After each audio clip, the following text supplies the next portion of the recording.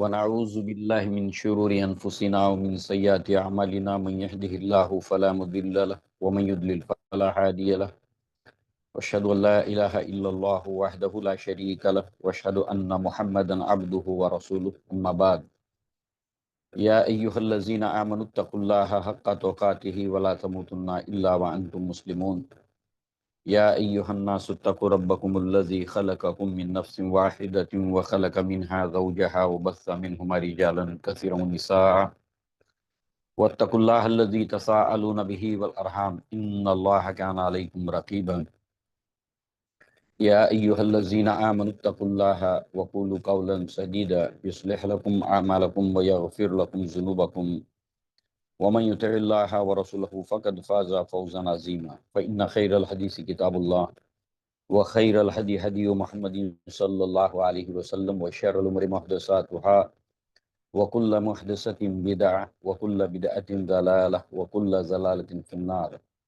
وقال الله تبارك وتعالى وما أبرئ نفسي إن النفس لأمارة بالسوء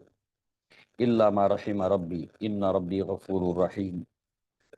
رب اشرح لي صدري ويسر لي أمري واحلل عقدة من لساني يفقهوا قولي اللهم أرنا الحق حقا وارزقنا اتباعه وأرنا الباطل باطلا وارزقنا اجتنابه آمین یا رب العالمین۔ قرآن مجید کا 13واں جز سورہ یوسف کی بقیہ 59 آیات، مکمل سورہ رعد جو 43 آیات پر مشتمل ہے، سورہ ابراہیم جو 52 آیات پر مشتمل ہے، اور سورہ ہجر کی 1 آیت، اس طرح کل ملا کر 155 آیات پر یہ 13واں پارہ مشتمل ہے۔ یوسف علیہ السلام کا جو قصہ ہے، جس کو اللہ نے احسن القصص قرار دیا، بہترین قصہ قرار دیا، جس میں یوسف علیہ السلام جو ہے وہ جیل پہنچا دیے جاتے ہیں، اور وہاں پر ان کے ساتھ جو قیدی جیل میں جاتے ہیں ان میں سے 2 خواب دیکھتے ہیں، اور وہ اپنے خواب کو یوسف علیہ السلام کو بتاتے ہوئے اس کی تعبیر پوچھتے ہیں، کہتے ہیں کہ ہم آپ کو محسن پاتے ہیں۔ یوسف علیہ السلام نے ان کے سامنے بڑے حکیمانہ انداز کے اندر اللہ تبارک و تعالیٰ کی توحید کی، اسلام کی دعوت کو پیش کیا، جہاں قرآن مجید میں اللہ تبارک و تعالیٰ نے اپنے بندوں کو یہ حکم دیا کہ ادعو الی سبیل ربک بالحکمہ، حکمت کے ساتھ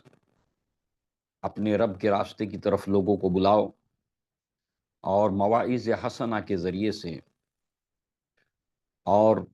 احسن مجادلہ کے ذریعے سے۔ تو اللہ تعالیٰ نے محض یہ طریقہ یا یہ میتھڈ بتا کر چھوڑ نہیں دیا، بلکہ قرآن مجید میں اس کی مثالیں موجود ہیں کہ حکمت کے ساتھ کس طرح سے اللہ کے راستے کی طرف بلایا جاتا ہے، واعظ حسنہ کے ذریعے سے مجادلہ احسن کیا ہوتا ہے، اس کے سیمپلز قرآن مجید کے اندر موجود ہیں، جن میں سے سورہ یوسف کے اندر جو یہ یوسف علیہ السلام کا جیل کے اندر اپنے جیل خانے کے ساتھیوں کے سامنے دعوت پیش کرنا حکمت کے ساتھ۔ یوسف علیہ السلام نے ان سے جو بات کہی کہ تمہارا جیل میں جو تمہیں کھانا ملتا ہے، اس کے آنے سے پہلے پہلے گویا کہ اس کھانے کے ذریعے سے ان کے اندر ایک شوق پیدا ہوا، کیونکہ جیل میں ان کے لیے سب سے زیادہ پرکشش چیز اگر کوئی ہو سکتی تھی تو وہ کھانا ہے، اور اس کے آنے میں جو ہے وہ زیادہ وقت نہیں ہے، اس کے آنے سے پہلے پہلے تو گویا کہ دل اور ذہن ان کی بات کو سننے کے لیے اس کو آمادہ کیا۔ اس کے بعد جو ہے وہ انہوں نے اپنا تعارف کرایا، یہ علم جو ہے وہ مجھے کس طرح سے ملا، ابراہیم علیہ السلام، اسحاق علیہ السلام، یعقوب علیہ السلام، انبیاء سے متعارف کرایا، اور پھر اس کے بعد جو ہے وہ اللہ تعالیٰ کی توحید کی دعوت انہیں دی کہ ایک اللہ وحدہ لا شریک وہ بہتر ہے بہت سارے ارباب اور بہت سارے رب کے بالمقابل، اور اس کے ساتھ ساتھ جو ہے وہ انہیں ان کے خواب کی تعبیر بتائی کہ جس نے یہ خواب دیکھا ہے کہ اس کے سر کے اوپر جو ہے وہ کوئی ٹوکرا ہے، اور اس کے اندر جو ہے وہ روٹیاں رکھی ہیں، اور اس سے پرندے کھاتے ہیں، اور دوسرے کا خواب یہ تھا کہ وہ انگور کو نچوڑ رہا ہے۔ تعبیر اس کی یوسف علیہ السلام نے بتائی کہ جس کے سر پر روٹیوں کا ٹوکرا ہے وہ قتل کر دیا جائے گا، اور جو انگور کو نچوڑ رہا ہے وہ خادم خاص بن جائے گا بادشاہ کا۔ اور پھر اس سے کہا کہ جب بادشاہ کے پاس تم پہنچو تو مجھے بھولنا نہیں، مجھے یاد رکھنا، میرا ذکر کرنا، میرا تذکرہ کرنا۔ بہرحال وہ بھول گیا۔ اس کے بعد بادشاہ جو ہے وہ خواب دیکھتا ہے، 7 موٹی گائے، 7 دبلی گائے، 7 ہری بالیاں، 7 خشک بالیاں۔ اس خواب کو وہ اپنے درباری اہل علم کے سامنے رکھتا ہے۔ وہ کہتے ہیں یہ اضغاث و احلام ہیں، یہ پریشان خواب ہیں، اس کا کوئی مطلب نہیں ہم جانتے۔ تو اس وقت وہ خادم کو یاد آتا ہے کہ جیل کے اندر یوسف علیہ السلام اس علم سے واقف ہیں، تو وہ اجازت لے کر جیل خانے میں جاتا ہے اور یوسف علیہ السلام کے سامنے وہ خواب رکھتا ہے۔ یوسف علیہ السلام نہ صرف اس کی تعبیر بتاتے ہیں بلکہ اس آنے والی مصیبت سے نکلنے کا ایک ایگزیکیوشن پلان بھی ان کے سامنے رکھتے ہیں اس خواب کی تعبیر کے تحت، کہ تمہارے اوپر کل ملا کر 14 سال، 7 جمع 7 ایسے آئیں گے، جن میں سے 7 سال خوشحالی کے ہوں گے، خوب بارش برسے گی،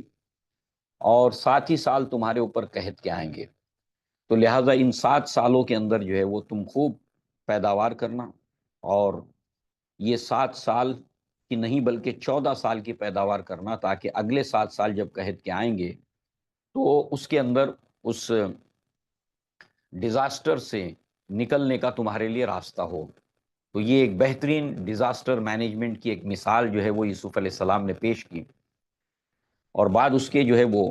جب یہ خواب کی تعبیر جب یوسف علیہ السلام نے جو بتائی، اس خادم نے جب بتائی بادشاہ کو، تو بادشاہ نے طلب کیا کہ یوسف علیہ السلام کو ان کے سامنے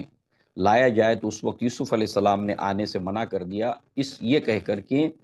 سب سے پہلے ان خواتین کا معاملہ کیا ہے۔ تو اس پر جو ہے وہ یوسف علیہ السلام کی جو برات، جو بہتان، جو الزام ان کے اوپر لگا تھا، اس سے انہیں جو ہے وہ نجات مل جاتی ہے۔ پھر وہ باہر آتے ہیں، بادشاہ انہیں خادم خاص بناتا ہے، اور اس کے بعد جو ہے یہ 13ویں پارے کے اندر یوسف علیہ السلام کا یہ جملہ قرار دیا گیا ہے، یا اس خاتون کا، وما ابرئ نفسی ان النفس لامارۃ بالسوء، میں اپنے نفس سے بری نہیں ہوں، بے شک نفس امارہ انسان کو برائی کی طرف ہی لے جاتا ہے، سوائے اس کے جس کے اوپر اللہ تعالی رحم کرے، میرا رب رحم کرے، ان ربی غفور الرحیم، کہ بے شک میرا رب غفور اور رحیم ہے۔ تو اس کو 2 طرح سے منسوب کیا گیا اس جملے کو، کہ یوسف علیہ السلام کا ہے یا اس خاتون کا ہے۔ اس خاتون نے اگر کہا تو اگر میں نے یہ کیا ہے تو اپنے نفس امارہ کے تحت، اور اس سے کوئی بری نہیں ہے، ہر انسان کے ساتھ میں نفس لگا ہے، تو لہٰذا جو ہے وہ یوسف علیہ السلام کی طرف منسوب کیا جائے۔ تو یوسف علیہ السلام نے کہا کہ میں اپنے نفس سے بری نہیں ہوں، نفس امارہ تو انسان کو برائی کی طرف ہی لے جاتا ہے، سوائے اس کے بچ جائے گا وہ جس کے اوپر میرا رب جو ہے وہ رحم فرمائے، اور بے شک میرا رب جو ہے وہ غفور ہے اور رحیم ہے۔ اس کے بعد جو ہے وہ بادشاہ نے انہیں خاص کر لیا، اور اس کے بعد یوسف علیہ السلام جو ہے وہ خود آگے بڑھ کر یہ کہتے ہیں کہ قال اجعلنی علی خزائن الارض، کہ زمین کے خزانوں کی ذمہ داری مجھے سونپی جائے، اور بے شک میں انی حفیظ علیم، کہ میں اس کی حفاظت کی جو ہے وہ کرنے کی صلاحیت بھی رکھتا ہوں، اور ساتھ ہی ساتھ میں اس کا علم بھی رکھتا ہوں۔ تو یہ ایک مشکل ایسا دور تھا، اللہ کے نبی صلی اللہ علیہ وسلم نے عہدوں کو جو ہے وہ چاہ رکھنے سے منع کیا، مگر یہاں پر آپ دیکھیں کہ یہ استثناء ہے، اس لیے کہ انبیاء کبھی بھی مناصب اور عہدوں سے دور رہتے ہیں، مگر یہاں پر ایک بہت بڑی مشکل سے قوم گزرنے والی تھی، اور انبیاء جو ہوتے ہیں وہ بڑے رقیق القلب ہوتے ہیں، دل کے اندر ان کے بڑا رحم ہوتا ہے، تو لہٰذا انہوں نے کہا کہ میں حفاظت بھی کر سکتا ہوں خزائن الارض، زمین کے جو خزانے ہیں، اور اس کے ساتھ ساتھ میں اس کا جانکار بھی ہوں۔ اور پھر جو ہے وہ اللہ تعالیٰ نے زمین کے اوپر انہیں تمکنت دی، پاور دیا، اب وہ جو چاہے جہاں چاہے جا سکتے تھے، اور پھر انہوں نے ان قحط سالی کے دنوں کی جو تیاری کی، اور اس طرح سے جو ہے وہ اس قحط سالی سے اللہ تعالیٰ کی مخلوق کو بچایا اللہ تعالیٰ کی توفیق سے، اور یہ قحط کے اثرات بہت دور تک پڑے، اور یوسف علیہ السلام کے بھائی جو ہے وہ جب انہیں معلوم ہوا تو غلہ لینے کے لیے مصر پہنچتے ہیں۔ غلہ لینے کے جب یہ مصر پہنچے ہیں تو یوسف علیہ السلام نے ان کو پہچان لیا، مگر انہوں نے یوسف علیہ السلام کو نہیں پہچانا۔ یوسف علیہ السلام نے ان کو غلہ دیا، ساتھ ہی ساتھ جو انہوں نے دام نامنل جو لیے جاتے تھے اس کو واپس جو ہے وہ ان کی خرچی میں ان کے سامان کے اندر رکھ دیا کہ دوبارہ آئیے، اور یہ شرط لگائی کہ جو تمہارا بھائی ہے بنیامین، اگر اس کو اگلی بار تم لاؤ گے تو ہی تمہیں غلہ ملے گا۔ گویا کہ ان بٹوین یا بین السطور بٹوین دا لائنز جو ہے وہ ان کے بھائیوں سے یوسف علیہ السلام کی گفتگو ہوئی۔ یوسف علیہ السلام جانتے بھی تھے کہ ان کا ایک چھوٹا بھائی بھی ہے، لہٰذا جو ہے وہ یہ جب واپس پہنچتے ہیں تو اس اناج کے اندر اپنی وہ قیمت بھی واپس دیکھتے ہیں اور والد کو کنونس کرتے ہیں کہ آپ جو ہے وہ بنیامین کو ہمارے ساتھ بھیجیے۔ تو پھر وہی کہانی گویا کہ دہرائے جانے کا معاملہ ہے کہ پھر بھی یعقوب علیہ السلام جو ہے وہ بنیامین کو ساتھ بھیجتے ہیں۔ پھر یہ دوسری مرتبہ اپنے بھائی کے ساتھ یوسف علیہ السلام کے پاس پہنچتے ہیں، غلہ ان کو دے دیا جاتا ہے، اور اس کے بعد جو ہے وہ مصر کے قانون کے مطابق کسی آؤٹ سائڈر کو وہاں پر ٹھہرایا نہیں جا سکتا تھا۔ تو اللہ تبارک و تعالیٰ کی یہ سنت ہے کہ اللہ تعالیٰ اپنے بندوں کو راہیں سجھاتا ہے۔ تو اللہ تعالیٰ نے یوسف علیہ السلام کو راہ سجائی، اور انہوں نے وہ جو پیمانہ ہے جس سے اناج کو ناپ کر دیا جاتا تھا وہ جو ہے وہ اپنے بھائی کے بیگ کے اندر ڈالا، اور پھر کہا کہ بھائی یہ گم ہو گیا ہے، لہٰذا سب کا سامان جب چیک کیا گیا تو بنیامین کے سامان میں وہ نکل آیا، اور اس طریقے سے یوسف علیہ السلام نے انہیں اپنے پاس روک لیا، اور اس کے بعد یہ بھائی جو ہے وہ واپس پہنچتے ہیں۔ والد پھر غمزدہ ہوتے ہیں بنیامین کے جو ہے پھر دوبارہ کھو جانے کی وجہ سے یوسف کے بعد، اور پھر اس کے بعد ان کے والد جو ہے کہتے ہیں کہ مجھے یوسف اور اس کے بھائی یوسف کی خوشبو آتی ہے، تم جاؤ یوسف اور اس کے بھائی کو تلاش کرو۔ اب پھر یہ تیسری مرتبہ آتے ہیں، اور یہاں پر یوسف علیہ السلام جو ہے وہ ساری حقیقت ان کو بتا دیتے ہیں، اور اس کا الزام اپنے بھائیوں پر نہیں لگاتے۔ یہ ظرف ہے، ایک نبی جو ہے وہ بڑے دل والا ہوتا ہے، بڑی سوچ والا ہوتا ہے، بجائے اس کے کہ موقع ملنے کے اوپر جو ہے وہ انہیں وہ تکلیف دے کوئی باتیں کہتے کہ تم نے میرے ساتھ یہ کیا، اس کے بجائے جو ہے وہ کہتے کہ تمہارے اور میرے درمیان یہ جو عداوت پیدا کی تھی وہ شیطان نے پیدا کی تھی۔ لہٰذا اس کے بعد اپنے بھائیوں سے وہ کہتے ہیں کہ یہ قمیص میری لے جاؤ، والد کے اوپر ڈال دینا، جو ان کی بینائی چلی گئی تھی تو بینائی واپس لوٹ آئے گی، اور والد اور والدہ کو لے کر جو ہے وہ آنے کے لیے یہ بھائی جاتے ہیں واپس۔ قمیص یعقوب علیہ السلام کے اوپر ڈالی جاتی ہے، ان کی آنکھوں کی روشنی دوبارہ آتی ہے، پھر یہ اپنے والد کو اور اپنی والدہ کو لے کر جو ہے وہ یوسف علیہ السلام کے پاس پہنچتے ہیں، اور پھر ہوتا یہ ہے کہ یوسف علیہ السلام انہیں ایک بلند جگہ کے اوپر جو ہے وہ بیٹھاتے ہیں، اور پھر اس کے بعد وہ جو خواب انہوں نے دیکھا تھا کہ ایک سورج ہے، ایک چاند ہے اور 11 ستارے ہیں،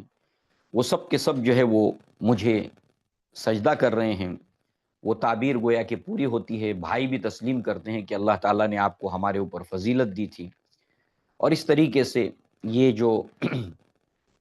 واقعہ مکمل ہوتا ہے، اور ان کی کوئی گرفت جو ہے وہ یوسف علیہ السلام نہیں کرتے، بلکہ کہتے ہیں قال لا تثریب علیکم اليوم یغفر اللہ لکم وہو ارحم الراحمین، کہ آج تمہاری کوئی گرفت نہیں ہے، لہٰذا اللہ تبارک و تعالیٰ تمہیں معاف کرے، وہ بے شک بہت زیادہ رحم کرنے والوں میں سب سے بڑھ کر رحم کرنے والا ہے۔ اب آپ دیکھیں کہ یہ الفاظ اتنے سٹیک ہیں کہ جب مکہ فتح ہوا تو اللہ کے نبی صلی اللہ علیہ وسلم کے سامنے سارے قریش سہمے ہوئے تھے کہ اب کیا ہوگا۔ اللہ کے نبی نے ان سے پوچھا کہ میں تمہارے ساتھ کیا کروں گا، تو انہوں نے کہا کہ آپ کریم ہو اور کریم بھائی کے بیٹے ہو۔ اللہ کے نبی نے فرمایا کہ آج میں وہی کہتا ہوں جو یوسف علیہ السلام نے اپنے بھائیوں سے کہا تھا لا تثریب علیکم اليوم وانتم الطلقاء، کہ تمہاری آج کوئی گرفت نہیں ہے، آج کے دن تم سب کے سب آزاد ہو۔ اس طریقے سے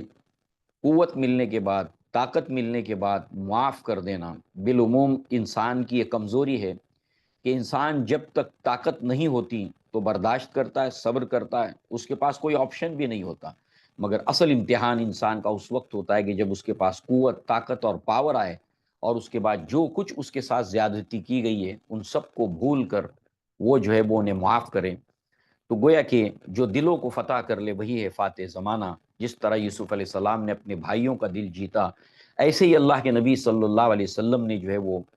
مشرکین مکہ کا دل جیتا، اور فتح مکہ کے روز ایک بہت بڑی تعداد تھی جو اسلام کے اندر داخل ہوئی۔ اس واقعے کے ختم ہونے کے بعد جو ہے وہ اللہ تبارک و تعالیٰ نے یوسف علیہ السلام کی جو دعا ہے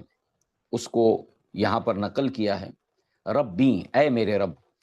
قد آتیتنی من الملک، تو نے مجھے ملک دیا، سلطنت دی، بادشاہت دی، وعلمتنی من تعبیل الاحادیث، اور مجھے جو ہے وہ خوابوں کی تعبیر کا علم، یا جو ہے وہ جو باتیں ہیں اس کو صحیح طور پر سمجھنا، اس کی تعویل صحیح طور پر کرنا، اس کا علم تو نے مجھے دیا۔ فاطر السماوات والارض، آسمان اور زمین کی تخلیق کرنے والے، انت ولی فی الدنیا والآخرہ، تو دنیا اور آخرت میں میرا دوست ہے۔ توفنی مسلمن، اور تو مجھے فنا دے مسلمانوں کے اندر، والحقنی بالصالحین، اور مجھے نیک لوگوں کے اندر میرا الحاق فرما، مجھے نیک لوگوں میں شامل فرما۔ یہاں پر آ کر 101 نمبر کی آیت پر جو شروع ہوا تھا قصہ، یہاں پر آ کر ختم ہوتا ہے، مگر سورہ یوسف نہیں ختم ہوئی ابھی۔ اس کے بعد جو نصائح ہیں اس قصے کے، اس کے اندر سب سے پہلی جو آیت آتی ہے 102 نمبر کی آیت، ذالک من انباء الغیب، یہ غیب کی خبریں ہیں، نوحیہ الیک، ہم آپ کی طرف وحی کرتے ہیں اس کو، وما کنت لدیہم اذ اجمعوا امرہم وہم یمکرون، اے نبی آپ اس وقت تو وہاں موجود نہیں تھے جب وہ یوسف علیہ السلام کے خلاف سازش کر رہے تھے، شڑینتر کر رہے تھے، کانسپریسی کر رہے تھے۔ تو ظاہر سی بات ہے کہ مکر جب انسان کرتا ہے، جب کوئی کانسپریسی کرتا ہے، تو اس کانسپریسی کے اندر صرف انہی لوگوں کو شامل کرتا ہے جو اس کا حصہ ہیں، اور یہ بڑی رازداری کے ساتھ میں کی جانے والی چیز ہوتی ہے۔ اور پھر اس کے بعد جو ہے وہ اس پورے واقعے میں سے اللہ رب العزت نے جو واقعہ ہوتا ہے، کوئی قصہ ہوتا ہے، وہ چھوٹے چھوٹے ایونٹ سے مل کر بنتا ہے جو ایک دوسرے کے ساتھ میں لنک ہوتے ہیں۔ ان میں سے وہ چھوٹا سا ایک ایونٹ جو ہے وہ جس کے اندر یہ بھائی کانسپریسی کر رہے تھے، اس کا اللہ نے ذکر کیا، کیونکہ یہ سب سے زیادہ راز کی بات تھی کہ جب وہ شڑینتر کر رہے تھے، جب آپ وہ تک باتیں کھول کر بیان کر رہے ہیں، آپ وہاں موجود تو نہیں تھے اس وقت جب وہ لوگ یہ جو کانسپریسی کر رہے تھے، تو اگر آپ یہ اتنی لطیف اور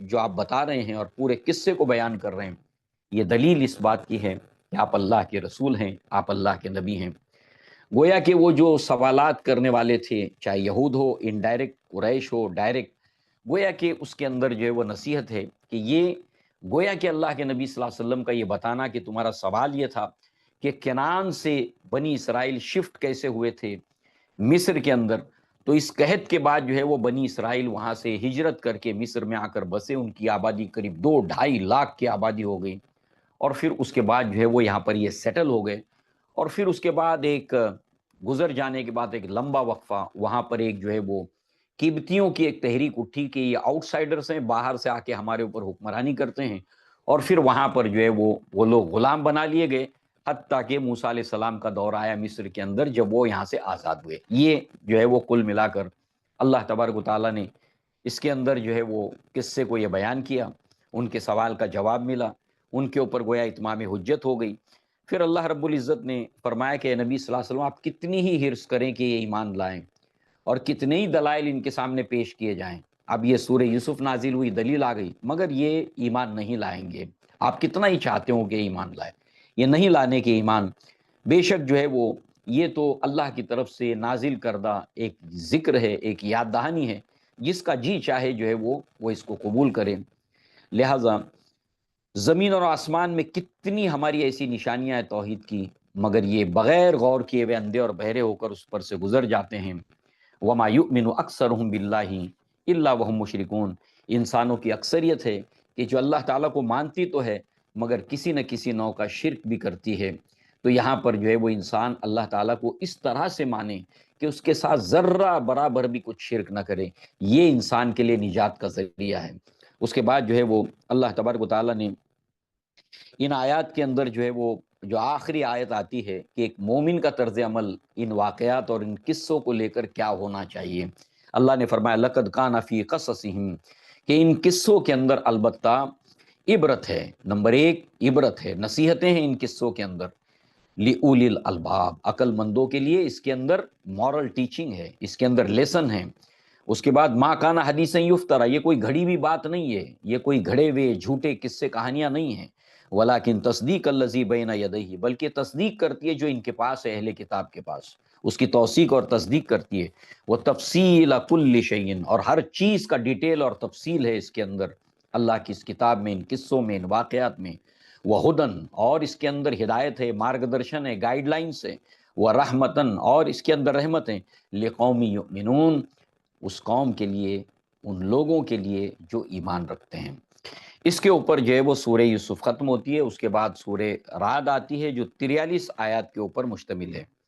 آغاز اس کا حروف مقطعات سے ہوتا ہے، الف لام میم را، تلک آیات الکتاب والذی انزل الیک من ربک الحق ولکن اکثر الناس لا یؤمنون، یہ قرآن کی آیتیں ہیں اور جو کچھ آپ کی طرف آپ کے رب کی جانب سے اتارا جاتا ہے سب حق ہے، لیکن اکثر لوگ ایمان نہیں لاتے۔ جو کچھ آپ کی طرف نازل کیا سب کا سب حق ہے، مگر اکثر لوگ ایمان نہیں لاتے۔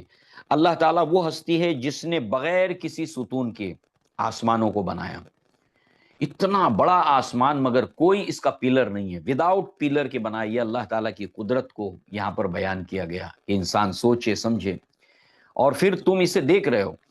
پھر وہ عرش پر قرار پکڑا، ثم استوى علی العرش۔ اب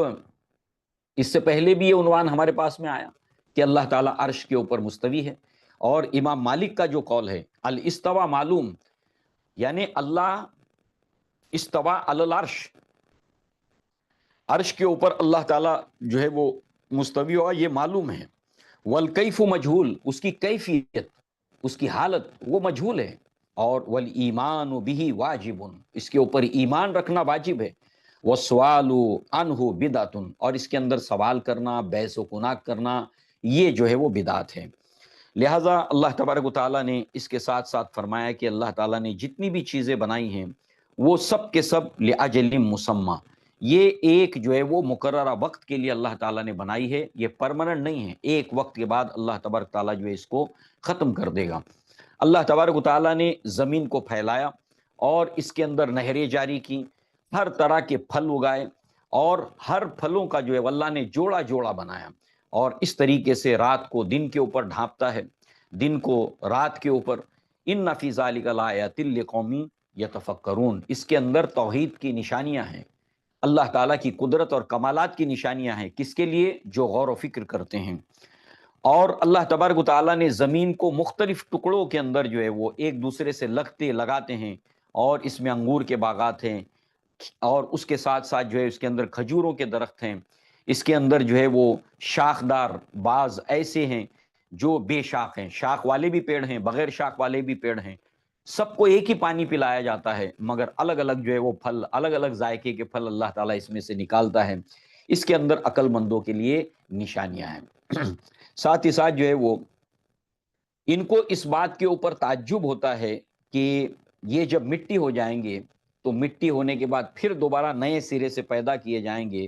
اللہ تبارک تعالیٰ نے یہاں پر جو ہے وہ یہ تمام کی تمام قدرت کی جو نشانیاں دکھائی ہیں کہ زمین بنجر ہونے کے بعد پھر دوبارہ نئی فصل، نئی پیداوار، نئے درخت اگتے ہیں، تو اللہ تبارک تعالیٰ یہ جو اپنی نشانی اور قدرت ہے تو ہمیشہ تمہارے سامنے جو ہے وہ سال بسال ہر روز ہوتا ہے، تم اس کا مشاہدہ کرتے ہو، تو کیا اللہ تعالیٰ کے لیے مشکل ہے کہ تمہاری مٹی ہو جانے کے بعد پھر تم کو دوبارہ بنایا جانا؟ اسی کے ساتھ ساتھ جو ہے وہ اللہ تبارک و تعالیٰ نے ان آیات کے اندر جو ہے وہ اللہ تعالیٰ جو چھپی ہوئی چیزوں کا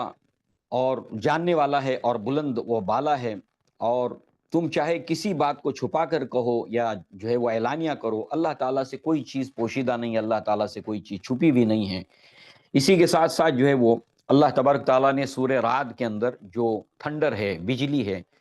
اس کے تعلق سے اللہ نے فرمایا کہ جو بجلی ہے اللہ تعالیٰ کی نشانیوں میں سے ہے، اس کے اندر خوف بھی ہے اور امید بھی ہے۔ خوف یہ ہے کہ ظاہر سی بات ہے کہ یہ جب بجلی گرتی ہے تو کئی لوگوں کی زندگی کے خاتمے کی وجہ بھی بنتی ہے، اور دوسری طرف اس کے اندر امید ہے۔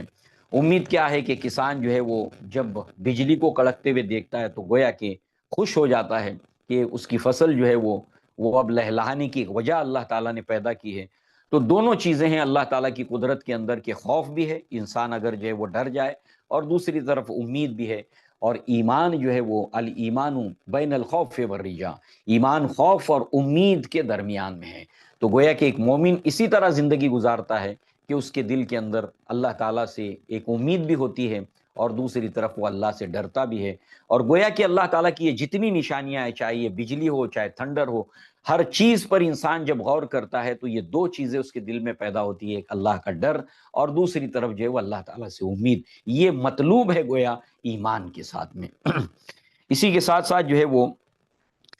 زمین اور آسمان میں جتنی بھی چیزیں ہیں وہ سب کے سب جو ہے وہ اللہ کی تسبیح کرتی ہے، اور یہ بجلی کی کڑک بھی یہ اللہ تعالیٰ کی تسبیح کرتی ہے، اور یہ گویا فرشتے بھی اس کی تسبیح کرتے ہیں خوف کے ساتھ میں۔ وہی آسمانوں سے بجلیاں گراتا ہے جس پر چاہتا ہے، اور اللہ تعالیٰ کفار جو ہے وہ اللہ تعالیٰ کی بابت جو ہے وہ لڑ جھگڑ رہے ہیں، اللہ تعالیٰ شدید جو ہے وہ قوت والا بھی ہے۔ لہٰذا اللہ تبارک و تعالیٰ نے یہاں پر توحید فی دعا اس کا ذکر کیا کہ دعا صرف اور صرف اللہ تعالیٰ سے کی جائے، لہو دعوت الحق والذین یدعون من دونہ لا یستجیبون لہم بشیء الا کباسط کفیہ، کہ یہاں پر اللہ نے ایک مثال دی کہ دعا صرف اللہ تعالیٰ سے ہے، اور دعا عبادت ہے، الدعاء هو العبادہ۔ اور اللہ نے یہاں پر ایک مثال دی کہ جو لوگ اللہ کو چھوڑ کر غیر اللہ سے دعا مانگتے ہیں، اس کی مثال ایسی ہے کہ جیسے کوئی پیاسا انسان نہر کے کنارے، ندی کے کنارے اپنا ہاتھ پھیلائے اور پانی سے کہے کہ پانی تو میرے چلو میں یا میرے منہ میں آ جا، تو ایسا ہو نہیں سکتا۔ بالکل ایسے ہی جو لوگ اللہ کو چھوڑ کر کسی اور سے پکارتے ہیں، ان کا ان غیر اللہ کو پکارنا ایسا ہی ہے کہ قیامت تک ان کی پکار کو سن نہیں سکتے۔ اللہ ہی ہے جو لوگوں کی حاجتوں کو پورا کرنے والا ہے، اللہ ہی ہے جو لوگوں کی دعاؤں کو قبول کرتا ہے۔ ساتھ ہی ساتھ زمین اور آسمانوں میں جتنی بھی چیزیں ہیں اللہ کو سجدہ کرتی ہیں، وہ خوش دلی سے، یا جو ہے وہ اللہ تعالیٰ نے انہیں اس طرح سے پیدا کیا ہے، تخلیق کیا ہے کہ وہ جو ہے وہ اللہ تبارک تعالیٰ کی جو ہے وہ تسبیح بھی بیان کرتی ہیں، اور اللہ تعالیٰ کی جو ہے وہ مطیع ہیں، فرما بردار ہے، اللہ کے حکم کے خلاف نہیں کرتی۔ ساتھ ہی ساتھ اللہ تبارک تعالیٰ نے یہاں پر قوموں کے تعلق سے بتایا کہ ان اللہ لا یغیر ما بقوم حتی یغیر ما بانفسہم،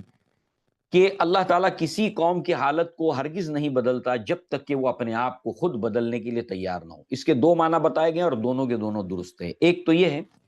کہ اللہ تعالیٰ نے اگر کسی قوم کو نعمتیں دی ہیں تو اللہ وہ نعمتیں چھینتا نہیں، ان نعمتوں والی زندگی، یہ خوشحال زندگی، اس کو اللہ تعالیٰ تنگی کے ساتھ نہیں بدلتا۔ کب تک؟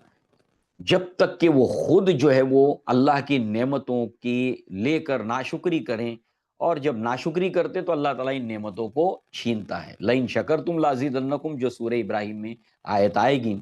تو اللہ تعالیٰ نعمتوں کو چھین کر ان کی حالتوں کو محرومی سے نہیں بدلتا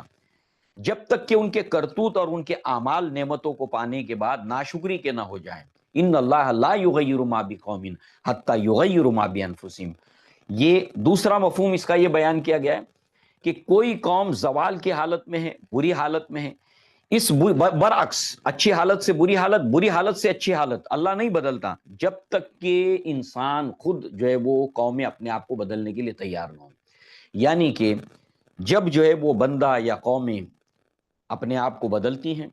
ایک قدم آتی ہیں، اللہ تعالیٰ 10 قدم آتا ہے، چل کر آتی ہیں، اللہ تعالیٰ دوڑ کر آتا ہے۔ تو لہٰذا جو ہے وہ اپنے حالات کو بدلنے کا، اپنا کنبہ ہو، اپنا خاندان ہو، اپنی قوم ہو، اس کو بدلنے کا راستہ یہی ہے کہ انسان جو ہے وہ اللہ کی طرف رجوع کرے، اللہ کے رسولوں کی اطاعت کرے، اور اس طریقے سے اللہ پھر اس کے حالات کو بدلنا شروع کرتا ہے۔ تو لہٰذا یہاں پر ہم اگر اپنے آپ کو بدلنے کو تیار نہیں، اور ہم چاہیں کہ اللہ تعالیٰ ہمارے حالات کو بدل دے، تو ایسا ہوتا نہیں ہے۔ تو لہٰذا سب سے پہل کرنی ہوگی انسان کو کہ اپنے آپ کو بدلے، پہل کرنی ہوگی۔ انیشیٹو جو ہوگا وہ بندوں کی طرف سے ہوگا۔ فاذکرونی اذکرکم، تم مجھے یاد کرو میں تمہیں یاد کروں گا، پہل بندوں کی طرف سے۔ واوفوا بعہدی اوفی بعہدکم، تم نے جو مجھ سے وعدہ کیا پورا کرو، میں نے جو تم سے وعدہ کیا میں پورا کروں گا۔ لہٰذا جو ہے وہ پہل بندوں کو کرنی ہوگی، پھر اللہ تعالیٰ تو پھر بڑی تیزی کے ساتھ میں حالات کو بدلتا ہے، 1 قدم 10 قدم چل کر دوڑ کر۔ تو یہ ہے اصول حالات کو دنیا کے اندر بدلنے کا۔ اسی طریقے سے اچھے حالات ہیں کہ وہ برے حالات میں نہ تبدیل ہو جائیں۔ اللہ کے نبی صلی اللہ علیہ وسلم زوال نعمت سے پناہ مانگا کرتے تھے کہ نعمت اللہ نے دی ہے وہ زوال سے دوچار ہو جائے، اللہ کے نبی صلی اللہ علیہ وسلم اس سے پناہ مانگا کرتے تھے۔ اور دعا کے ساتھ ساتھ عملی صورت یہ ہے کہ اللہ نے جو نعمتیں دی ہیں اس کا شکر ادا کرو، تو وہ نعمت تمہارے پاس اسٹیبل، تمہارے پاس باقی رہے گی، دیر تک تمہارے پاس وہ نعمت رہے گی۔ مگر ناشکری کرو گے اللہ تعالیٰ اس نعمت کو چھین لے گا۔ لہذا یہ ڈیپینڈز کرتا ہے بندوں کے اوپر کہ وہ اللہ کی نعمتوں کو اپنے پاس برقرار رکھنا چاہتے ہیں، اس کو مینٹین کرنا چاہتے ہیں، اور برے حالات کو اچھے حالات سے بدلنا چاہتے ہیں، تو انہیں سب سے پہلے اپنے طرز عمل کو، اپنی سوچ کو، اپنے ایموشنز کو ڈھالنا ہوگا ان حالات میں قرآن مجید اور اللہ کے نبی کے احادیث کی روشنی کے اندر۔ لہٰذا اس کے ساتھ ساتھ جو ہے وہ اللہ تبارک و تعالیٰ نے ان کا یہ مطالبہ کہ کیوں نہیں ان کے پاس جو ہے وہ کوئی نشانی جو ہے وہ نازل ہوتی، تو اس کا جواب جیسے کہ قرآن میں دیگر مقامات کے اوپر دیا گیا ہے کہ اللہ تعالیٰ جب چاہتا ہے اپنے اذن سے نشانی کو نازل کرتا ہے۔ رہا سوال اس کا کہ جو حق ہے اور باطل ہے اس کی اللہ تبارک تعالیٰ نے مثال دی، اور مثال 2 طرح سے اللہ تعالیٰ نے دی سورہ رعد کے اندر۔ ایک تو یہ ہے مثال حق اور باطل کی کہ باطل اس کو پیر نہیں ہوتے، اس کو جو ہے وہ اس کو ٹکنا نہیں ہوتا ہے، وہ چلا جاتا ہے۔ جال حق و زحق الباطل ان الباطل کان زہوقا، حق جب سامنے آتا ہے تو باطل کو جانا ہی ہے۔ لہٰذا جو ہے وہ اس طرح سے اللہ تعالیٰ نے جو 2 مثالیں دی ہیں حق اور باطل کو لے کر کہ باطل کو جانا ہے، اس کو قرار نہیں ہے۔ اللہ تعالیٰ نے مثال جو دی ہے وہ کہ کٹھالی کے اندر جس طریقے سے سونے کو پکایا جاتا ہے، تو جب وہ پگھلتا ہے سونا تو اس کے اوپر جھاگ آتا ہے، اس کے اوپر فیس آتا ہے،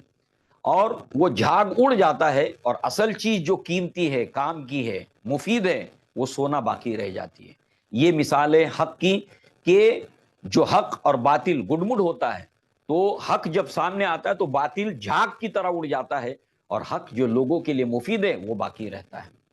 دوسری اللہ تعالیٰ نے سیلاب کی مثال دی کہ جب سیلاب آتا ہے تو پانی کے اوپر جھاگ جو ہے وہ آ جاتا ہے۔ اب جھاگ کتنا ہی بڑا ہو، پہاڑ کے مانند کیوں نہ ہو، مگر اس کی کوئی اصل نہیں ہوتی، اس کی کوئی بنیاد نہیں ہوتی، اس کو کوئی بیس نہیں ہوتا، اور بالآخر دھیرے دھیرے یہ جھاگ اڑ جاتا ہے، اور جو حق چھپا ہوا ہوتا ہے باطل اس کو ڈھاکے ہوئے ہوتا ہے، جب جھاگ اڑ جاتا ہے تو حق جو ہے وہ سامنے آ جاتا ہے لوگوں کے۔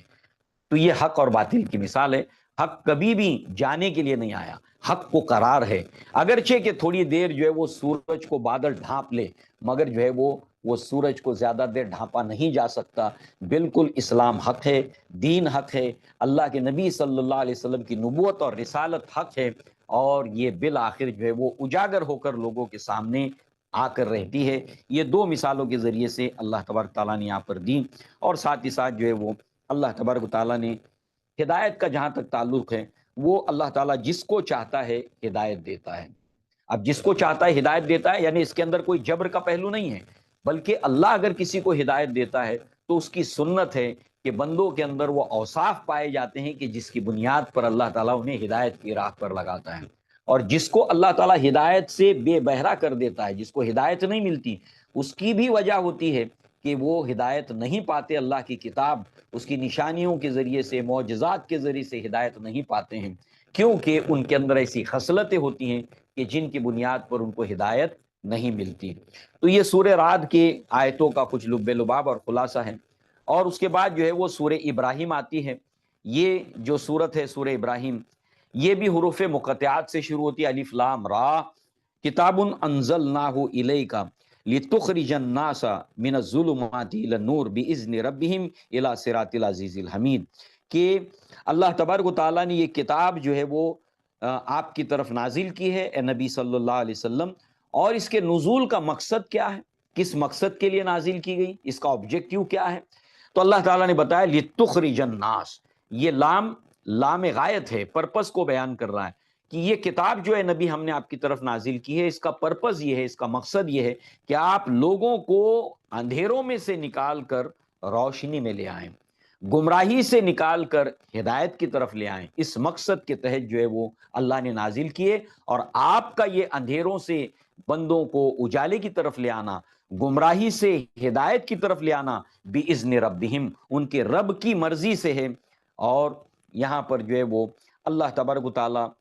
وہ ہستی ہے، توحید کا یہاں پر بیان ہوا کہ اللہ تعالیٰ وہ ہستی ہے کہ جو کچھ آسمانوں میں اور زمین میں ہے سب کچھ اللہ تعالیٰ کا ہے۔ اور وَيْلٌ لِّلْكَافِرِينَ، کافروں کے لیے ویل ہے، من عذاب شدید، اس شدید عذاب سے یہاں پر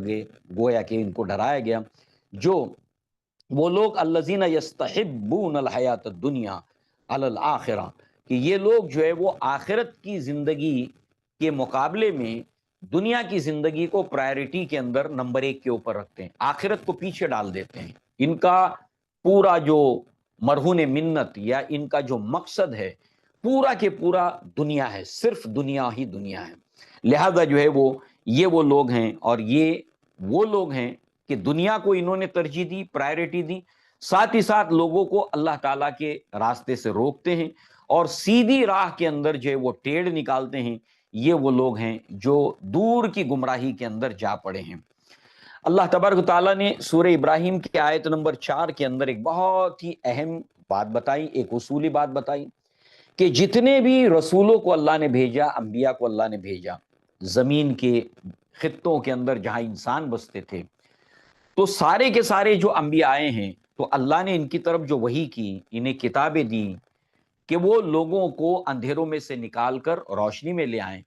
تو وہ جو کتابیں دی گئی، وحی کی گئی، وہ ایک ہی زبان میں نہیں، ہاں آخری کتاب عربی زبان میں نازل کی گئی قرآن مجید، مگر اس سے پہلے جتنے رسول اور انبیاء آئے ہیں اللہ تبارک و تعالیٰ نے ان رسولوں کو جو بھیجا، وما ارسلنا من رسول الا بلسان قومہ، تو اللہ تبارک و تعالیٰ نے جس قوم کے اندر کسی رسول کو بھیجا تو وہ رسول انہی میں سے ہوتا تھا، انہی کی قوم میں سے ہوتا تھا، اور اس قوم کی جو بھاشا ہوتی تھی، اس قوم کی جو زبان ہوتی تھی، اس زبان کے اندر اللہ تعالیٰ نے وہ ان کو بلاتے تھے اللہ تعالیٰ کی طرف۔ اس طریقے سے جو ہے وہ یہ انہی کی زبان میں وحی کو نازل کرنا یا انہیں ہدایت دینا، لیبین لہم، تاکہ وہ ان کو واضح کریں، بیان کرے، کلیئر کرے ان کے اوپر۔ اور یہ اللہ تعالیٰ کا فضل ہے، اللہ تعالیٰ جس کے ساتھ چاہتا ہے کرتا ہے، اور اللہ ہدایت دیتا ہے جس کو چاہتا ہے، وہو العزیز الحکیم۔ پھر اللہ تعالیٰ نے موسیٰ علیہ السلام کا جو ہے وہ یہاں پر ذکر کیا، اور موسیٰ علیہ السلام کو اللہ تبارک تعالیٰ نے جو ہے بھیجا، وَلَقَدْ أَرْسَلْنَا مُوسَىٰ بِآيَاتِنَا، نشانیوں کے ساتھ بھیجا، کائے کے لیے ان اخرج قومک من الظلمات الى النور، جیسے نبی کی طرف وحی کی گئی اندھیروں میں سے نکال کر روشنی میں لے آئے، ایسے ہی اللہ نے موسیٰ علیہ السلام کو بھی جو وحی کی اللہ تعالیٰ نے کہ وہ لوگوں کو نکالے جو ہے وہ اندھیروں میں سے روشنی کی طرف، اور پھر وہ انہیں یاد دلائے، نصیحت کرے بِأَيَّامِ اللہ۔ قرآن مجید کی آیات جو ہے وہ 3 طریقے سے اللہ تعالیٰ نے انسانوں کو نصیحت کی ہے اور انہیں یاد دہانی کرائی ہے تاکہ وہ صراط مستقیم پر آئیں۔ 3 طرح سے کیسے؟ ایک، تذکیر بآلاء اللہ، اللہ کی نعمتوں کے ذریعے سے، یعنی جیسے سورہ رحمان کے اندر آپ دیکھیے اللہ نے کتنی نعمتوں کا ذکر کیا، اور پھر نعمتوں کی ایک فہرست چلتی ہے، ایک لسٹ آتی ہے، اور پھر کنکلوژن ہوتا ہے فَبِأَيِّ آلَاءِ رَبِّكُمَا تُكَذِّبَانِ، یہ سب تو نعمتیں اللہ نے دی ہے، تم اللہ کی کون کون سی نعمتوں کا انکار کرو گے؟ تو یہ تذکیر بآلاء اللہ، اللہ نے اپنی نعمتوں کو بندوں کے سامنے لایا کہ یہ شکر گزار بنے، ایمان لائے۔ تذکیر بآلاء اللہ، اللہ کی نعمتوں کے ذریعے سے نصیحت۔ دوسرے، تذکیر بالقرآن یا تذکیر بالآیات، یہ اللہ تعالیٰ کے قرآن کے آیتوں کے ذریعے سے نصیحت کی۔ اور تیسرے جو ہے وہ تذکیر بایام اللہ، یعنی کہ قوموں کے واقعات کے ذریعے سے، قوم نوح کے واقعات، قوم لوط کے واقعات، یہ انبیاء اور ان کی قوموں کے واقعات کے ذریعے سے اللہ تعالیٰ نے نصیحت کی کہ ایسے نصیحت کارو حاصل کرو، چاہے ایسے حاصل کرو، چاہے ایسے حاصل کرو۔ ہر طریقے سے اللہ تعالیٰ نے انسانوں کو نصیحتیں کی ہیں، اور موسیٰ علیہ السلام کو اللہ تبارک تعالیٰ نے کہا کہ ایام اللہ کے حوالے سے جو ہے وہ ان قوموں کے واقعات کے ذریعے سے، ہسٹری کے ان واقعات کے ذریعے سے آپ ان کو نصیحت کیجئے۔ اور اس سے نصیحت کون لیتے ہیں؟ جن کے اندر 2 کوالٹی ہوتی ہے، ان واقعات اور ان ایونٹ سے، ان قصوں سے نصیحت لینے والوں کے اندر دو صفات کا اللہ نے ذکر کیا کہ یہ صبارین شکور، یہ بہت زیادہ صبر کرنے والے لوگ ہوتے ہیں، ان کے اندر پیشنس ہوتا ہے، اور یہ اللہ کے شکر گزار بندے ہوتے ہیں۔ تو یہ دو اوصاف اگر انسان اپنے اندر پیدا کر لیتا ہے تو اللہ نے جو قرآن مجید میں قصے اور واقعات بیان کیے، اور جو اللہ کے نبی نے قصے اور واقعات بیان کیے، وہی غیر مطلوع کے اندر ان تمام قصوں کے ذریعے سے نصیحت حاصل کرتے ہیں وہ لوگ جن کے اندر پیشنس ہوتا ہے اور جن کے اندر شکر گزاری کے احساسات اور جذبات ہوتے ہیں۔ پھر موسیٰ علیہ السلام نے اپنی قوم کو نصیحت کرتے ہوئے فرمایا کہ یاد کرو نعمتیں اللہ تعالیٰ کی جو اللہ تعالیٰ نے تمہارے اوپر کی، تمہیں اللہ تعالیٰ نے نجات دی۔ دیکھیے اب اس واقعے کے ذریعے سے نصیحت کی جا رہی ہے کہ تمہیں نجات دی اللہ تبارک و تعالیٰ نے فرعون کے اس ظلم سے اور وہ بدترین عذاب سے جو تمہارے بیٹوں کو ذبح کرتا تھا اور تمہاری لڑکیوں کو زندہ رکھتا تھا، اور اس کے اندر تمہارے لیے وفی ذالکم بلاء من ربکم عظیم، اس میں تمہاری بہت بڑی آزمائش تھی۔ واقعتاً کسی قوم کی بڑی آزمائشوں میں سے یہ آزمائش ہوتی ہے۔ اللہ تعالیٰ امت مسلمہ کو اپنی پناہ میں رکھے۔ وہ سب سے بری آزمائش اور بڑی آزمائش ہوتی ہے کہ جب جو ہے وہ کسی قوم کے لڑکوں کو، میلز کو قتل کیا جائے اور ان کی لڑکیوں کو زندہ رکھا جائے۔ ظاہر سی بات ہے لڑکوں کو قتل کیے جانے کے پیچھے، اس جو ہے وہ پالیسی کے پیچھے، ظالم حکمرانوں کی ایک جو ہے وہ اس کے پیچھے مقصد ہوتا ہے ان کا، اور ساتھ ہی لڑکیوں کو زندہ رکھنا اس کے پیچھے ان کا مقصد ہوتا ہے۔ تو لہٰذا اللہ نے فرمایا کہ اس میں بہت بڑی آزمائش تھی، مگر اللہ تعالیٰ نے تمہیں اس سے نجات دی۔ وہ نعمت کو یاد کرو، اللہ کی شکر ادا کرو۔ جب تم شکر کرو گے تو اللہ نے فرمایا کہ اللہ نے یہ اصول طے کر دیا تھا، یہ اللہ کا بنایا ہوا پرنسپل ہے، وہ ہے کہ لئن شکرتم لازیدنکم ولئن کفرتم ان عذابی لشدید، کہ تم اگر میرا شکر کرو گے تو میں تم کو اور دوں گا، اور اگر تم ناشکری کرو گے تو میرا عذاب بھی شدید ہے۔ شکر جو ہے وہ صرف یہ نہیں کہ انسان زبان سے شکر ادا کرے، شکر الحمدللہ شکر الحمدللہ، یہ تو ایک شکر کا ایک حصہ ہے، مگر شکر مکمل ہوتا ہے تین چیزوں سے۔ شکر بالقلب، دل سے شکر ادا کرنا۔ انشاءاللہ دل سے شکر کیا ہوتا ہے، انشاءاللہ سورہ نمل میں ہم اس کی ڈیٹیل دیکھیں گے۔ یہاں پر بس اتنا کہ تین سیڑھیاں ہیں شکر کی، ایک دل سے شکر ہے، دوسرا زبان سے شکر ہے، اور تیسرا عمل سے شکر ہے۔ شکر بالقلب، شکر باللسان، شکر بالجوارح یا شکر بالعمل، یہ تینوں چیزیں جب مل جاتی ہیں تو شکر مکمل ہوتا ہے۔ تو تم جب شکر مکمل طور پر اللہ تعالیٰ کا ادا کرو گے، جو بھی نعمت اللہ نے دی ہے اللہ اس میں اضافہ کرے گا۔ اللہ تعالیٰ نے تمہیں رزق دیا ہے، شکر کرو گے اللہ رزق میں اضافہ کرے گا۔ اللہ تعالیٰ نے تمہیں علم دیا ہے، اس کا شکر ادا کرو گے اللہ علم میں اضافہ کرے گا۔ جو نعمت اللہ نے دی ہے اس کو بڑھانے کی یہ ماسٹر کی ہے، ماسٹر کی ہے۔ اس سے اللہ کی نعمتوں کے دروازے بندہ کھولتا ہے، شکر کرتا جاتا ہے، اللہ نعمتوں کے دروازے کھولتا جاتا ہے۔ یہ اصول اللہ تعالیٰ نے اپنی کتاب کے اندر بتایا، لہٰذا اللہ تعالیٰ ہمیں توفیق دے کہ ہم اللہ تعالیٰ کا شکر ادا کیا کریں۔ اللہ کے نبی صلی اللہ علیہ وسلم نے معاذ ابن جبل رضی اللہ عنہ کو یہ دعا سکھائی، اے معاذ مجھے تم سے محبت ہے، اے معاذ مجھے تم سے محبت ہے۔ گویا کہ گنگا یہاں پر الٹی بہ رہی ہے کہ صحابہ آ کر کہتے تھے کہ اللہ کے نبی مجھے آپ سے محبت ہے، مگر معاذ ابن جبل کا مقام دیکھیے آپ کہ اللہ کے نبی کہتے ہیں کہ اے معاذ مجھے تم سے محبت ہے، لہٰذا تم اس دعا کو پڑھا کرو، اللہم اعنی علی ذکرک و شکرک و حسن عبادتک۔ اے اللہ تعالیٰ مجھے توفیق دے، میری مدد کر پاک پروردگار۔ اے اللہ اگر تو مدد کرے گا میرے لیے آسان ہو جائے گا۔ اے اللہ میری مدد فرما، کس بات کے لیے؟ اے اللہ میں تجھے یاد کر سکوں، تجھے یاد کر سکوں اس لیے میری مدد فرما، اور تیرا شکر ادا کر سکوں اس لیے میری مدد فرما۔ اور اے اللہ تعالیٰ تو جو ہے وہ مجھے احسن عبادت کے طریقے سکھا۔ ایک عبادت ہے جو اس کا ایک لیول ہے اسلام، ایک لیول ہے ایمان اسلام، اور ایک ہے احسان، یعنی میں تیری عبادت اس احسان کے درجے میں کر سکوں۔ لہٰذا جبریل علیہ السلام نے اللہ کے نبی سے پوچھا کہ احسان کیا ہے، اخبرنی عن الاحسان۔ اللہ کے نبی نے فرمایا ان تعبد اللہ کانک تراہ فإن لم تکن تراہ فإنہ یراک، کہ اگر تو اللہ تبارک و تعالیٰ کی عبادت اس طرح کر کے جیسے تو اللہ کو دیکھ رہا ہے، اور اگر یہ نہیں تو پھر اللہ تو تجھے دیکھ رہا ہے۔ تو لہٰذا شکر جو ہے وہ بہت زبردست ایک ماسٹر کی ہے نعمتوں کی، اور ناشکری جب انسان کرتا ہے اپنے دل سے اپنی زبان سے، اللہ تعالیٰ ان نعمتوں کو چھین لیتا ہے۔ لہٰذا سورہ رعد میں ابھی ہم پڑھائے ہیں کہ اللہ تبارک تعالیٰ کسی قوم کی نعمتوں کو نہیں چھینتا جب تک کہ وہ خود جو ہے وہ عمل سے ناشکری ہو کر یہ ثابت نہ کر دے کہ ہم اس نعمت کے لائق نہیں ہیں، ہم ڈیزرو نہیں کرتے کہ نعمتیں ہمارے پاس رہے، تو پھر وہ ویسا طرز عمل اختیار کرتی ہے۔ اور پھر وہاں پر ایک اور بھی بات تھی جو رہ گئی کہ اللہ تبارک تعالیٰ جب کسی قوم کو زوال سے دوچار کرنا چاہتا ہے، جب اللہ ارادہ کر لیتا ہے کہ اس قوم کو ڈاؤن فال سے دوچار کرنا ہے، اس کو پتن سے دوچار کرنا ہے، تو ایسی صورت، اچھا پتن سے دوچار کرنے کا اللہ تعالیٰ کا ارادہ کب؟ جب وہ عمل سے ناکارہ ہو جاتی ہے، اللہ کی نعمتوں کا انکار کرنے لگتی ہے، ناشکری کرنے لگتی ہے، تو اللہ تبارک و تعالیٰ جو ہے وہ ان کے اندر ایسے قائدوں کو اٹھاتا ہے، ایسے لیڈرز ان کے اندر اٹھتے ہیں کہ جو گویا کہ اللہ تبارک و تعالیٰ کی نعمتوں کو بدلنے والے ہوتے ہیں، اور اللہ تبارک و تعالیٰ جو ہے وہ ان کی مت مار دیتا ہے،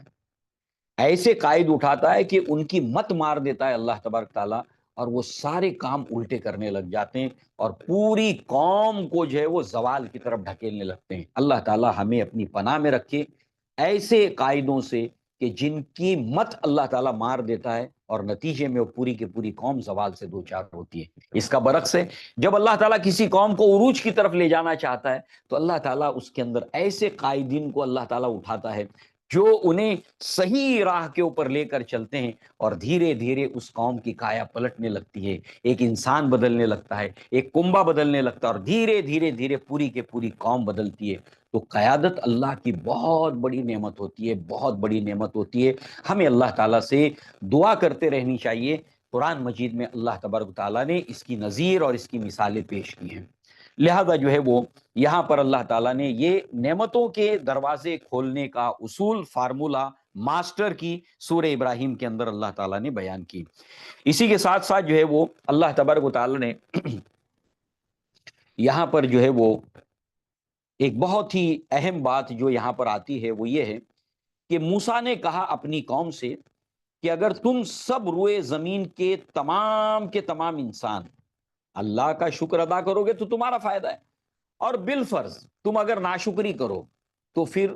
اس کے تعلق سے یہ آیت کہتی ہے، آیت نمبر 8، کہ موسیٰ نے کہا کہ اگر تم سب اور روئے زمین کے تمام انسان اللہ تعالیٰ کی اگر ناشکری کرتے ہو تو اللہ تعالیٰ بے نیاز ہے، اللہ تعالیٰ بے نیاز ہے اور تمام تعریفوں والا ہے۔ اللہ کو کیا فرق پڑتا ہے؟ الحمدللہ، الحمدللہ، اللہ بے نیاز ہے، اللہ الغنی ہے، اللہ الغنی ہے۔ پوری کے پورے ایک ایک آدمی اگر اللہ تعالیٰ کی نعمتوں کا ناشکر گزار ہو جائے، اللہ کو کوئی فرق نہیں پڑتا۔ اور اس کے حوالے سے ایک جو حدیث آئی ہے زبردست، کیا فرمایا اللہ کے نبی نے؟ حدیث قدسی ہے، اللہ تعالیٰ فرماتا ہے کہ اے میرے بندو، انسانوں اور جنوں، تمام اولین اور آخرین، جن انسان سب، اور اولین اور آخرین یعنی اس دنیا کا پہلا جن اور آخری جن، اس دنیا کا پہلا انسان، آخری انسان، سب کے سب ایک زمین کے اوپر جمع ہو جائے، ایک زمین کے ٹکڑے پہ سب جمع ہو جائے ایٹ اے ٹائم، ایک ہی وقت میں، اور سب کے سب مل کر اللہ تبارک و تعالیٰ سے دعا کریں، ہر کوئی اللہ سے کچھ نہ کچھ مانگے۔ اب اتنے سارے لوگ اللہ سے نعمت مانگے، اللہ ان سب کو جو انہوں نے مانگا ہے دے دینے کے بعد اس کی نعمتوں میں سے، اس کے خزانے میں سے بس اتنا ہی نقصان ہوتا ہے جتنا کہ سوئی کو اگر دریا میں ڈبو کر نکالا جائے تو اس میں کتنا پانی لگے گا۔ اب آپ اندازہ کیجئے کتنی نعمتیں اللہ کے پاس ہے۔ اور سورہ نساء میں اللہ نے کیا فرمایا کہ اللہ نے جو اپنے بندوں کو نعمتیں دی ہے اس کی تمنا نہ کرو، اللہ سے سوال کرو نعمتوں کا، اس کے خزانے میں بہت ہے۔ اب دونوں کو ملا لیجئے، آپ یہ سورہ ابراہیم کی آیت کو ملا لیجئے کہ اتنی نعمتیں ہیں الحمدللہ، اتنی نعمتوں کے خزانے اللہ کے پاس کہ سب کو دینے کے بعد بھی اتنا ہی کم ہوتا ہے جیسے سوئی کو ڈبو کر نکالا جائے دریا میں، سب کتنا دریا بھرا پڑا ہوا ہے۔ مانگو نا اللہ سے نعمتیں تو کچھ کمی نہیں ہوتی اس کے خزانے میں سے، سب کو دینے کے بعد۔ دوسرے، تم سارے کے سارے جنات، انسان، اولین آخرین ایک زمین کے اوپر جمع ہو جاؤ، اور اس میں جو سب سے زیادہ متقی آدمی ہے، ان سارے لوگوں میں جو سب سے زیادہ اللہ سے ڈرنے والا، سب سے بہترین انسان جو ہے، ویسے انسان کی طرح سارے انسان ہو جائیں۔ تو اللہ تعالیٰ کے ملکیت میں، سلطنت میں ذرہ برابر بھی اضافہ نہیں ہوتا۔ اب اس کا کیا مطلب ہے؟ مثال دیکھیے کہ ایک انسان نے ایک فیکٹری لگائی، ایک کارخانہ لگایا، اس میں 100 آدمی کام کرتے ہیں، اور ان 100 آدمیوں میں ایک آدمی بہت زیادہ ایماندار ہے، اور ویسے ہی ایماندار اور اسکیلڈ سارے کے سارے 100 لوگ ہو جائیں، اب تو اس کا کارخانہ دن دوگنی رات چوگنی ترقی کرے گا۔ سارے ورکر ایماندار اور اسکیلڈ، اپنے فن کے اندر مہارت رکھنے والے، اب اس کا کارخانہ کتنی ترقی کرے گا، اس کا ٹرن اوور کتنا بڑھ جائے گا۔ تو معلوم ہوا کہ سارے لوگ اگر ایماندار ہوں تو مالک کو فائدہ ہوتا ہے، مگر اللہ تبارک و تعالیٰ کہ جتنے بندے سب کے سب متقی ہو جائیں، اللہ کی سلطنت میں اتنا بھی اضافہ نہیں ہوتا اس کی وجہ سے۔ اللہ بے نیاز ہے، اللہ کا کوئی فائدہ نہیں چھپا ہے کہ تم اگر شکر کرو گے تو اللہ تبارک تعالیٰ کی کوئی ضرورت اٹکی ہے، معاذ اللہ، سبحان اللہ، اللہ پاک ہے، اس سے کوئی سلطنت میں اضافہ نہیں ہوتا۔ پھر تم سارے اولین آخرین جنات اور انسان سب کے سب باغی ہو جاؤ، ایسے باغی جو اس وقت دنیا کا سب سے بڑا باغی انسان ہے، اللہ تعالیٰ کی سلطنت میں ذرا بھی نقص نہیں آتا۔ وہی مثال لائیے، سارے وہ ورکر، سارے کے سارے 100% ورکر جو ہے وہ سب سے زیادہ کام چور جو ہے اس کے جیسے ہو جائیں تو مالک کا تو کارخانہ بیٹھ جائے گا، اس کا بھٹا بیٹھ جائے گا۔ مگر یہ دنیا کے اندر انسانوں کے دنیا کی باتیں ہیں، مگر اللہ کے جو خزانے ہیں اور اللہ کی جو بے نیازی ہے، وہ یہ حدیث بیان کرتی ہے، اللہ الغنی ہے، اللہ الغنی ہے، اللہ الغنی ہے، بے نیاز ہے، اس کو کوئی فرق نہیں پڑتا، اس کی سلطنت میں نہ اضافہ ہوتا ہے نہ کمی آتی ہے، اور اگر وہ اپنی نعمتیں سارے بندوں کو تقسیم کر دے جو انہوں نے مانگا ہے، اتنا ہی کم ہوتا ہے جیسے دریا میں سے سوئی نکالی جائے، اتنا پانی کم ہوا، اتنا ہی بس۔ اسی کے ساتھ ساتھ سورہ ابراہیم کے اندر اللہ تعالیٰ نے ایک بہت ہی زبردست مثال دی ہے، اور وہ مثال اللہ تعالیٰ نے دی ہے کہ الم تر کیف ضرب اللہ مثلا کلمۃ طیبۃ کشجرۃ طیبۃ اصلها ثابت وفرعها فی السماء، کہ کس طریقے سے اللہ تبارک و تعالیٰ جو ہے وہ تمہارے لیے ایک بہترین مثال دیتا ہے، کلمہ طیبہ کی، لا الہ الا اللہ کی مثال اللہ دیتا ہے، کشجرۃ طیبۃ، جیسے پاکیزہ درخت ہے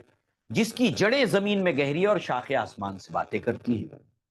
اللہ کے نبی صلی اللہ علیہ وسلم نے ایک حدیث کے اندر یہ جب پوچھا کہ وہ درخت کون سا ہے تو کسی نے جواب نہیں دیا، پھر اللہ کے نبی نے کہا کہ یہ درخت کھجور کا درخت ہے، اور اس کی مثال مومن کی طرح ہے جس کے دل کے اندر ایمان کی جڑیں بہت گہری ہیں، اور جڑ دکھائی نہیں دیتی، ایسے دل کے اندر ہوتا ہے ایمان، جیسے جڑیں دکھائی نہیں دیتی ایسے ایمان دل میں ہوتا ہے۔ مگر اس کا ظاہری پہلو کیا ہوتا ہے کہ اگر ایمان جتنا ڈیپتھ ہوگا، درخت کی جڑیں جتنی زمین کے اندر گہری ہوں گی، اتنا ہی وہ درخت تندرست اور توانا ہوگا، اور وہ ہر موسم کے اندر پھل دے گا، بہار ہو کہ خزاں لا الہ الا اللہ، گویا کہ ہر موسم میں پھل دے گا۔ تو جو مومن اس کے دل کے اندر ایمان گہرا اترا ہوتا ہے، اسی قدر جو ہے وہ 12 مہینے تک وہ اللہ کی عبادت، اللہ کا ذکر، نیک اعمال، صدقات، خیرات، صرف رمضانی نہیں، صرف رمضان کے موسم میں پھل نہیں دیتا، 12 مہینے تک وہ پھل دیتا ہے۔ گویا کہ اللہ تعالیٰ نے یہ مثال دی، اور یہ اعمال اس کے ہر روز اللہ کی جناب میں جو ہے وہ پیش ہوتے ہیں، اور پھر نیک اعمال جب اللہ کی جناب میں پہنچتے تو پروموشن بھی ہوتا ہے۔ جب انسان ایک نیکی کرتا ہے، اللہ تعالیٰ اس کو 10 نیکیاں کرنے کی توفیق دیتا ہے۔ تو یہ انسان کا پروگریس ہوتا ہے دین کے اندر جب انسان نیکیوں کی طرف بڑھتا ہے۔ اسی طریقے سے اللہ تعالیٰ نے خبیث درخت کی مثال دی، ایلوے کا درخت، اس کی جڑ جو ہے وہ زمین کے اندر نہیں ہے، اس کو کوئی قرار نہیں ہے، اس کا پھل کڑوا ہے۔ یہ برے اعمال کی مثال ہے اور شرک کی مثال ہے۔ شرک کبھی بھی اچھا نتیجہ نہیں دے سکتا، شرک سے ہمیشہ گندگی ہی نکلے گی، اس سے کبھی خیر نہیں نکل سکتا۔ شرک ایک بہت بڑا شر ہے،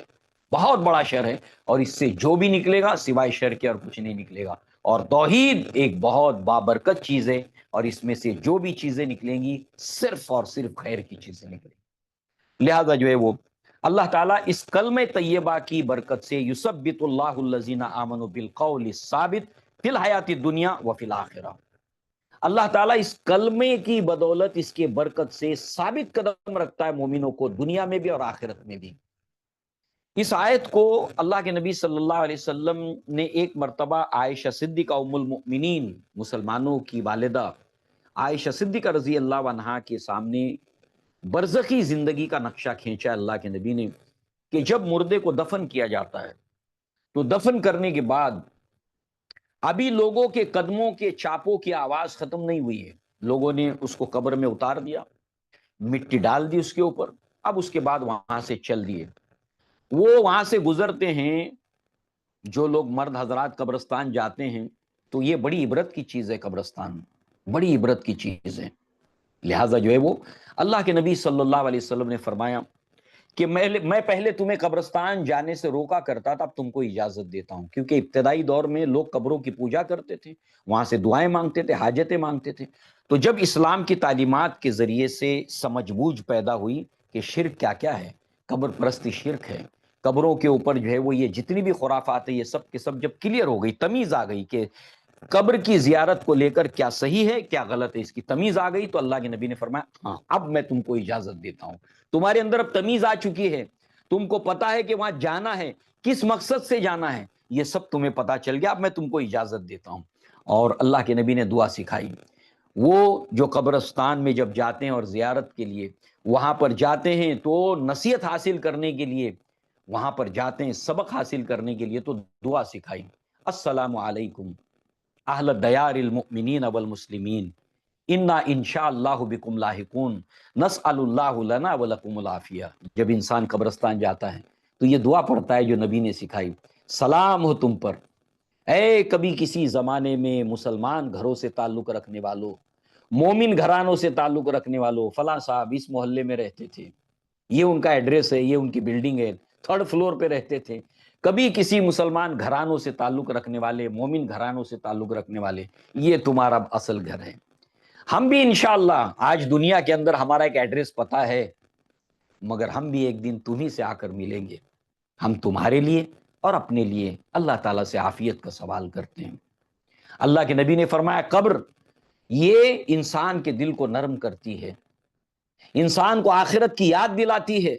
اور اس کے آنکھوں سے آنسو روا کرتی ہے، یہ مقصد ہے قبرستان جانے کا، نصیحت حاصل کرنا، دل کو نرم کرنا، دل کی سختی کو نرم کرنا، آنکھوں سے آنسو روا ہو جائے انسان کے، بالآخر مجھے یہاں پر آنا ہے۔ بڑی بڑی جائیداد اور پراپرٹی والے جن کی پراپرٹیاں تھیں آج شفٹ ہو گئی، کوئی اور اس کا مالک بن گیا، للہ ما فی السماوات والارض، سارے زمین اور آسمان کے خزانے اللہ کے ہیں، آج یہ مالک ہے،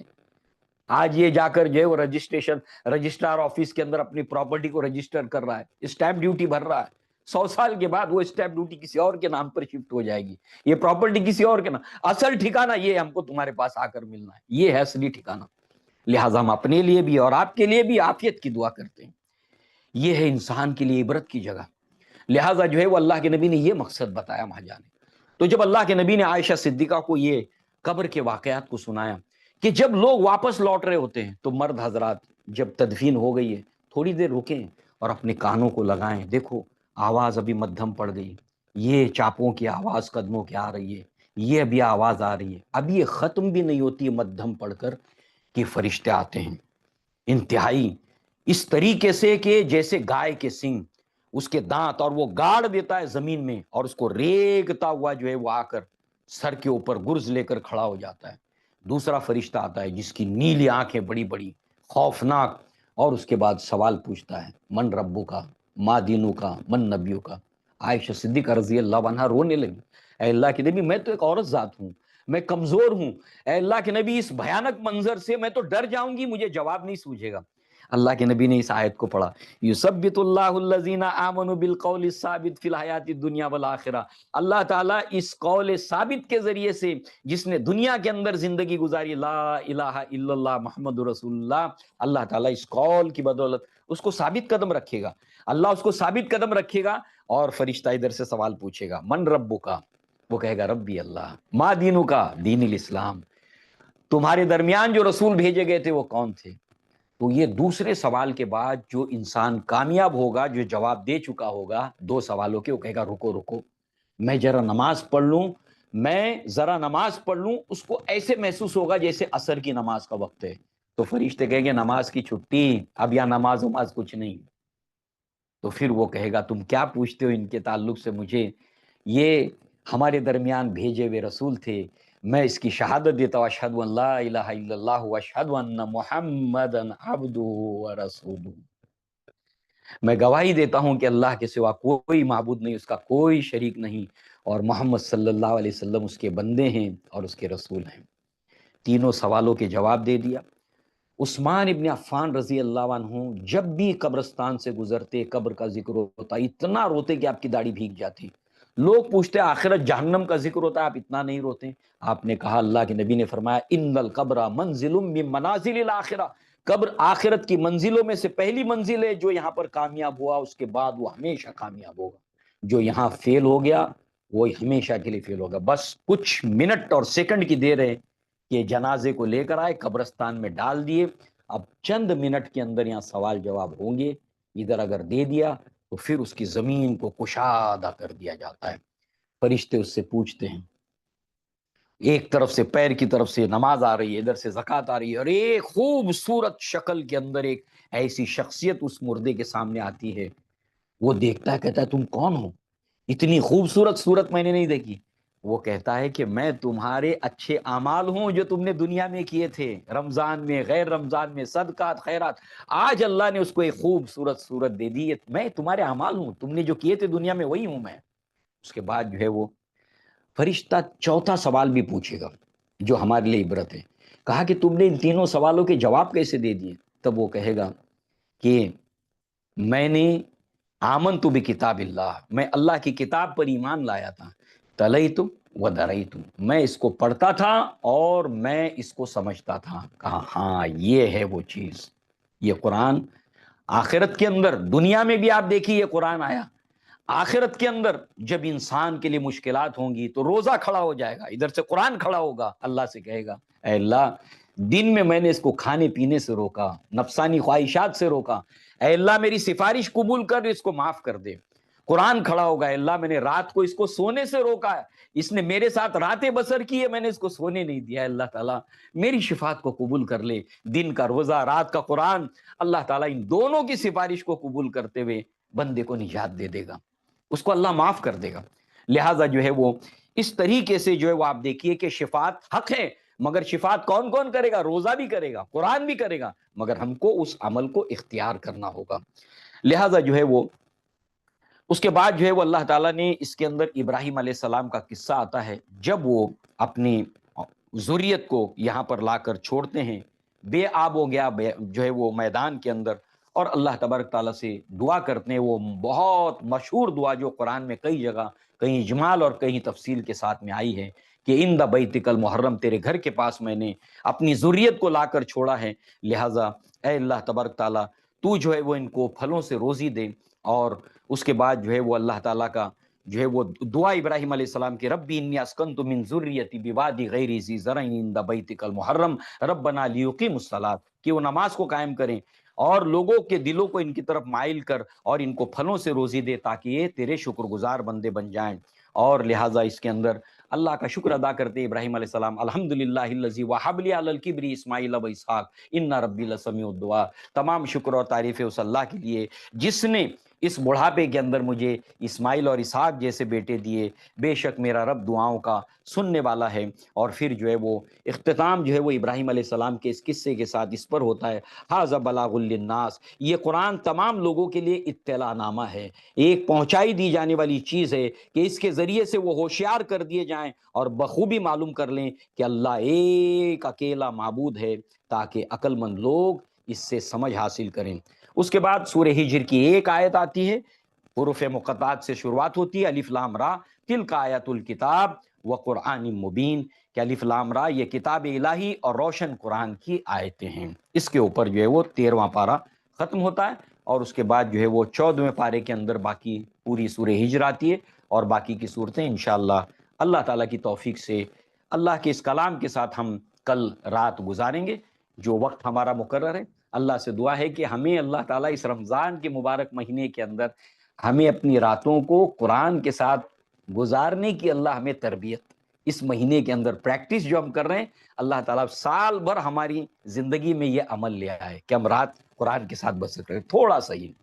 رات کا یا تو پہلا حصہ یا تو درمیانی حصہ یا تو آخری حصہ، اس اللہ کی کتاب کے ساتھ گزارے. یہ بہت برکت والا عمل ہے، بہت برکت والا عمل ہے. اللہ ہمیں اس کے اوپر عمل کرنے کی توفیق عطا فرمائے. اقول قولی ھذا واستغفر اللہ لی ولکم ولسائر المسلمین والمسلمات وآخر دعوانا ان الحمد للہ رب العالمین. سبحانک اللہم وبحمدک واشہد ان لا الہ الا انت واستغفرک واتوب الیک.